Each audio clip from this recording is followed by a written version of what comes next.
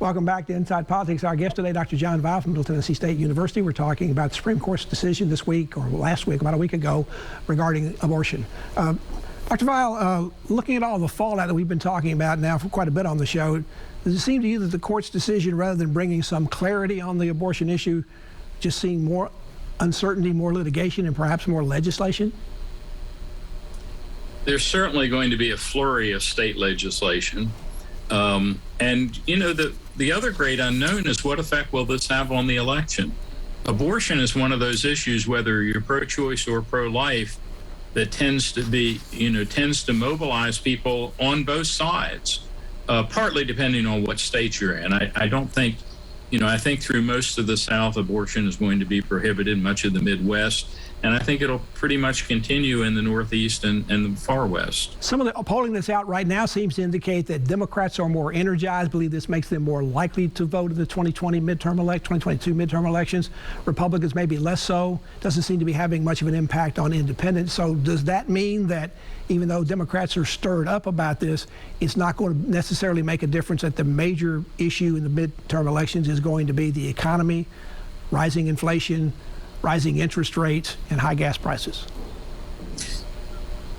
Well, again, mobilization is important. If you think back to the two Senate elections in Georgia that we reached, the last year or two, they were very much affected not simply by how Democrats and Republicans voted, but how many of each group were brought to the polls. Let's talk a little bit about the impact of all this is going to have on the court. I mean, you have a new black justice for the first time, black woman justice coming on the court. She's walking into a heck of a situation among her colleagues at this point. And there's also, again, the situation where there's a poll out that Gallup put that came out was taken before these most recent decisions came out. It now shows just 25% of Americans say they have confidence in the Supreme Court. That's a record low for that institution, but not unlike what we see already about the presidency and about the Congress. Those are pretty alarming poll numbers, aren't they, for the court? For the country, I would say. Through much of our history, the court has been respected as sort of the final, or at least the immediate arbiter of the Constitution. And, even decisions that we agree with, sometimes it's important to get them settled than to get them settled right.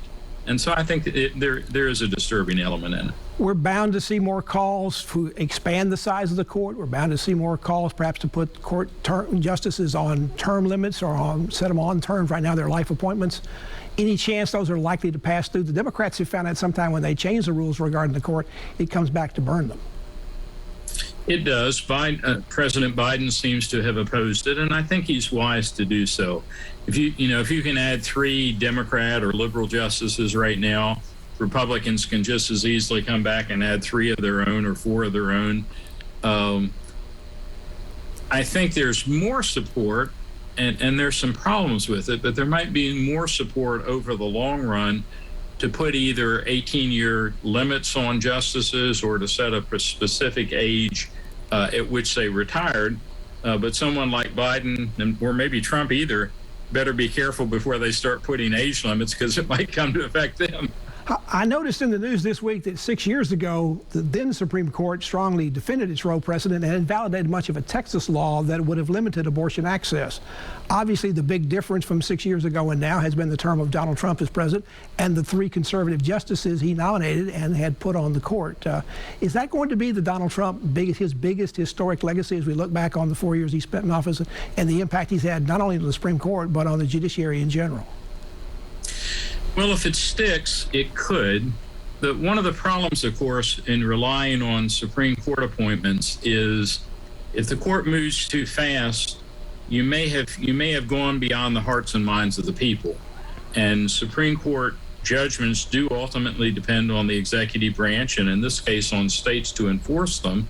And it's not altogether clear whether public sentiment, the Supreme Court shouldn't necessarily be in accord with public sentiment because it's supposed to enforce the Constitution. But the farther you get away from it, the greater chances you're going to have of enforceability.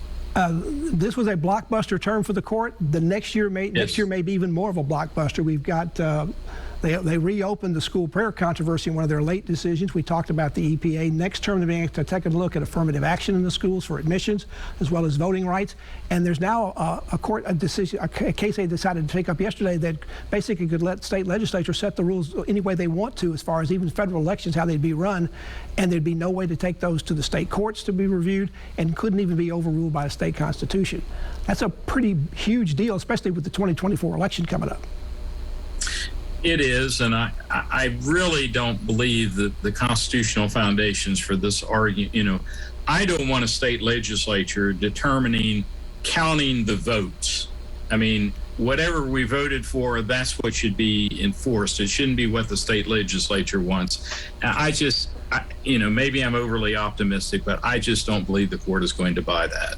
As we look towards the 4th of July weekend, this weekend, the holiday's on Monday. This will be, if my math is correct, the 246th anniversary of the first celebration of that. Yes. When it happened right after that, John Payne wrote, "This is the time that tries men's souls."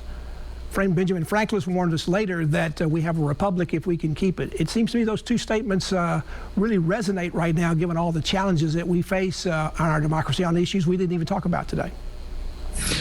They do. And, maybe this is a reminder, as we approach the 250th anniversary, I think back to the bicentennial, and that followed just a year or two after the attempted impeachment of Richard Nixon and his resignation. So we've been through similar times in our past. Dr. Vial, thank you so much for being on the program. You always bring so much wisdom and insight to this, and I suspect we'll have you back again to talk about the Supreme Court and other issues in the months to come. I'd be delighted. Thank you.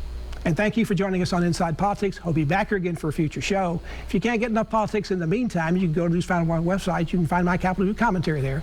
New commentary posted every Friday afternoon. Enjoy the rest of your weekend, and we'll see you here next time. Goodbye.